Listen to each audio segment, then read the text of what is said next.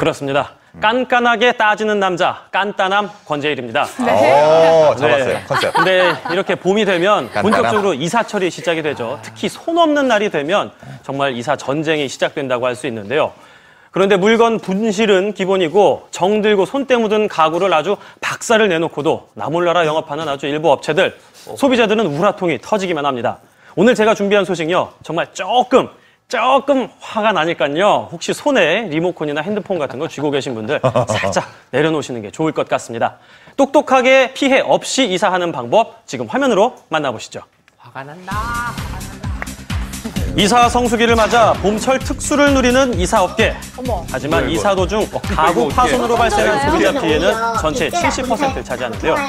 본사에 전화했더니 우리하고는 상관없다. 생각하면 막 밤에 자다가도 막 열받아서 막 경찰에 신고를 할까 막 그런 생각을 다 하고. 소비자가 불났다. 이사업체의 배짱 큰 모르쇠 실태를 취재하고 피해 예방법을 알아봅니다.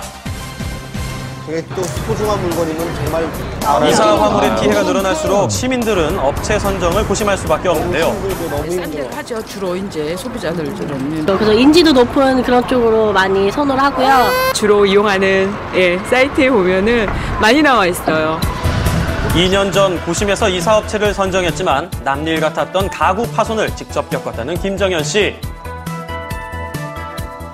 이쪽에서 올라오는데 여기서 벌써 가구가 올라올 때 저 모서리에서 쭉 긁히는 게 보이는 거예요. 아하. 장롱 하나 올라오면 다 깨졌지, 침대 하나 올라오면 다 깨졌지, 냉장고 올라오면 긁혀있지. 용달차에 싣고 오다가 아스팔트에 떨어뜨렸다는데 그러니 6개가 같은 모서리가 다 깨진 거예요. 화나겠다. 정말. 어디에?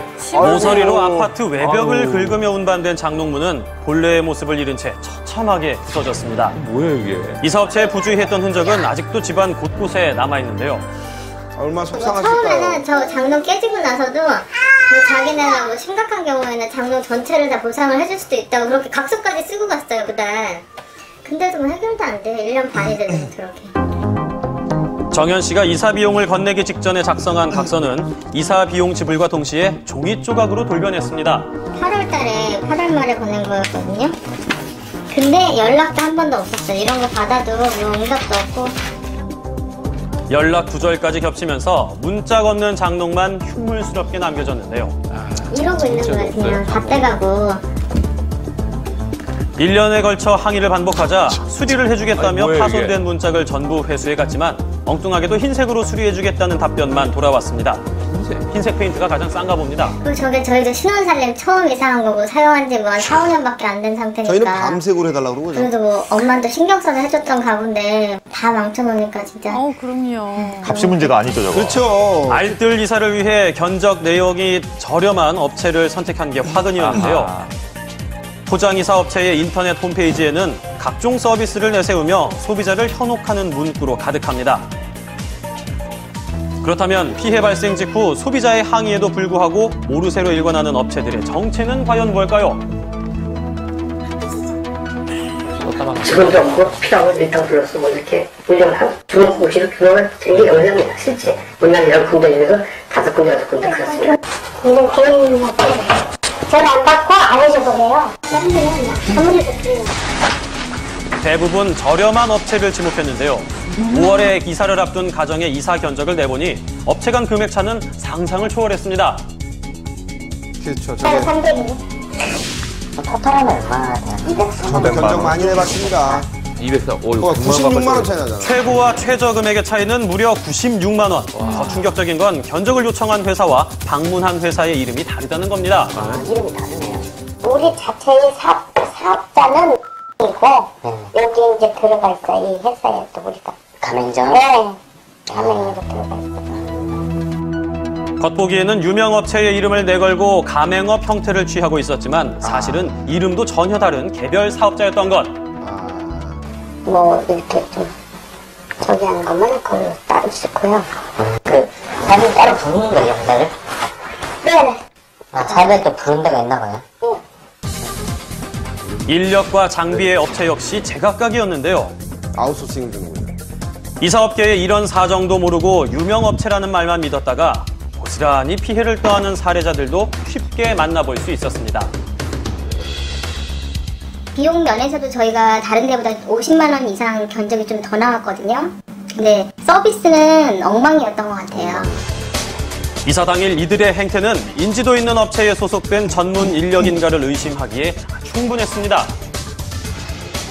술 마시고 오는 건 기본이고 뭐 가구 구멍 뚫렸는데 그거를 테이프로 살짝 막아놓고 거기다 옷을 걸어놓고 그냥 가셨거나 가구뿐 아니라 세탁기는 연결 부위가 깨진 채 방치돼 있었고요. 이삿짐을 소홀히 다룬 흉터보다 더욱 화가 나는 건 서로 책임을 떠넘기기 바쁜 업체 관계자들이었습니다. 분들은 오히려 배째라 본사하고 통화해라. 본사에 전화했더니 우리하고는 상관없다. 브랜드 이름만 빌려준 거다. 그때도 저희가 어디 가서 하소연을 해요. 현금으로 거래가 이루어지기 때문에 비용을 지불한 이후에는 은근슬쩍 발뺌하는 업체들이 많다고 하는데요. 우리는 그 용달 기사 해가지고 지금 용달 기사가 이렇게 전화도 안 받고 그러니까 참 저도 답답합니다 사실은. 용달을 뭐 따로 불러서 해달라고 한 것도 아니고 이거 뭐 다 이삿짐하는 과정에서 그렇게 남겨놓으셨으면서 금액이 너무 크니까 그러지 않습니까? 저도 할 말은 없어요. 뭐해? 일부 이사업체들의 배짱 영업에 항의하던 소비자들은 결국 시간이 길어지면서 포기하기에 이릅니다. 그걸 노리는 거죠. 그렇죠. 돈 주고 해서 막 눈치 보고 이제 안 하고 싶은 거예요. 웬만하면은. 다른 사람 안 시키고 제가 하고 싶어요. 솔직히 말해서. 많은 피해자들은 인터넷을 통해 속상함을 토해내고 있었는데요. 소비자의 피해 근절 대책은 과연 없는 걸까요? 네, 이사 당일 우선 이삿짐이 정리가 되고 나면 직원들과 함께 파손된 물건이 없는지 분실된 물건이 없는지 함께 직접 확인을 하시고 이후에라도 빠른 시일 내에 1372 소비자 상담센터에 상담을 의뢰하시거나 한국소비자원에 피해 접수를 하시는 게 좋겠습니다. 모르고 당하는 피해 제대로 알고 제대로 방어해야겠죠. 이것만 제대로 확인하면 정신없는 이삿날도 문제 없습니다. 이사업체를 선정할 때는 관허기관의 허가 여부와 보험 여부를 확인해야 하는데요. 간혹 미허가 업체의 경우 실제 업체명과 차량의 이름이 다를 수 있기 때문에 상호 확인은 반드시 필요한 과정입니다.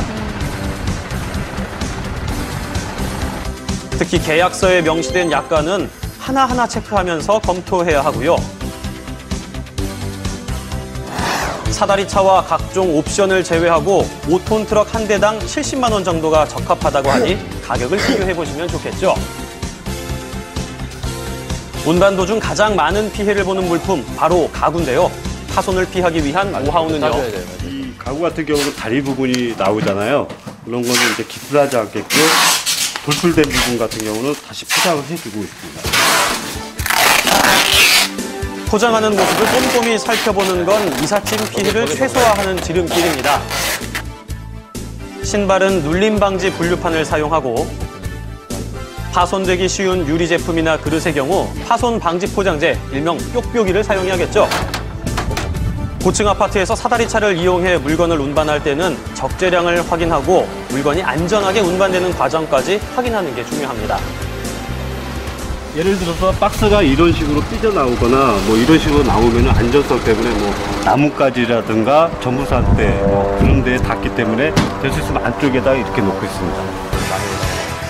옵션 사항에 따라서 도착지의 꼼꼼한 정리 정도는 물론이고 마지막에는 이사 과정에서 흠집이나 파손된 부위가 없는지 직원과 함께 둘러보며 마무리하는 게 좋습니다.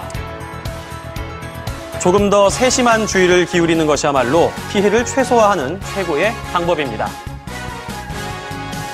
그러니까 이사 날에 사실은 정신이 많이 없잖아요. 그래도 그 전에 그리고 그 후에 꼼꼼히 좀 확인을 해야겠어요. 안 그러면 정말 속상하겠어요. 네, 그렇습니다. 이사에서 발생하는 피해의 약 70% 정도가 가구 파손일 정도로 참 많이 발생한다고 하는데요. 이런 피해가 발생한다고 해서 그냥 좋은 게 좋은 거지 하고 그냥 넘어가시려고 하는 분들 이러지 마시고요. 꼼꼼하게 따져서 피해를 방지하고 소비자의 권리를 찾는 게 무엇보다